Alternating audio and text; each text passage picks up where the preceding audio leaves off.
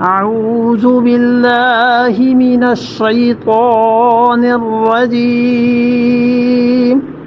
بسم الله الرحمن الرحيم بديع السماوات والأرض أنى يكون له ولد ولم يكن له صاحبة وخلق كل شيء وهو بكل شيء عليم.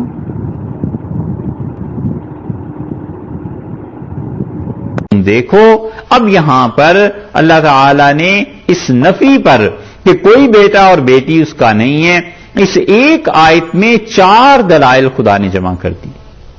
پہلی بات یہ فرمائی کہ بدیع السماوات والارض، اور نئی طرح سے وہ آسمانوں کو بنانے والا ہے، زمین کا بنانے والا ہے، ایسی طرح سے بنایا ہے کہ کوئی نہیں بنا سکتا، کسی کو پتہ نہیں چلتا.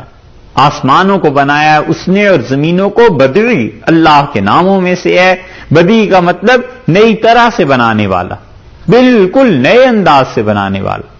آسمانوں کو دیکھ لیجئے، بغیر ستون کے انسان دیکھتا ہے، حیران ہوتا ہے کہ اتنے بڑے بڑے گنبد ہے پورا اور بغیر ستون کے.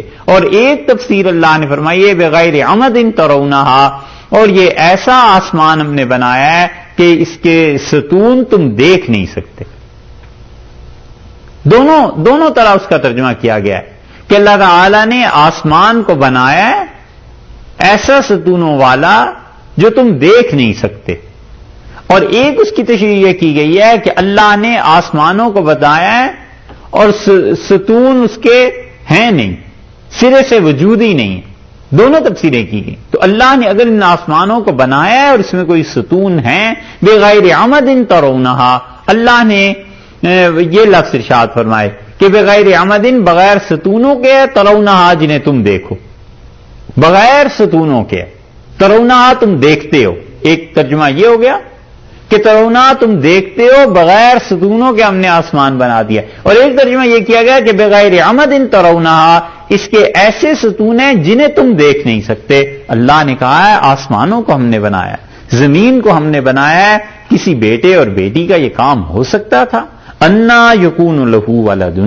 اور دوسری بات یہ کہی ہے کہ اس کے یہاں کوئی بیٹا کہاں سے، ولم تکن لہ صاحبہ، اور اس کی تو کوئی بیوی نہیں، کوئی عورت نہیں ہے اس کی.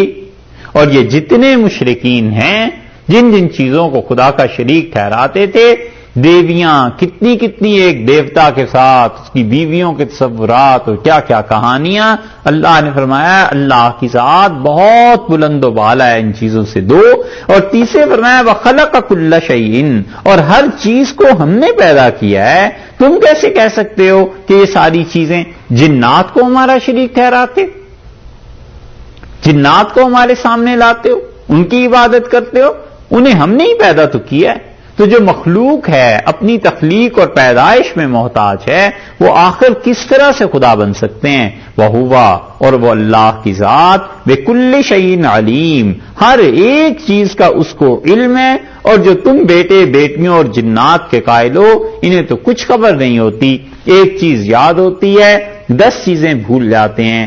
ایک طرف توجہ کرتے ہیں، باقی سب طرف سے ان کی توجہ ہٹ جاتی ہے. کوئی دور دور کی مناسبت نہیں ہے انہیں اللہ کی صفات سے، اور تم ایسے نالائق انہیں ہمارا شریک ٹھہراتے.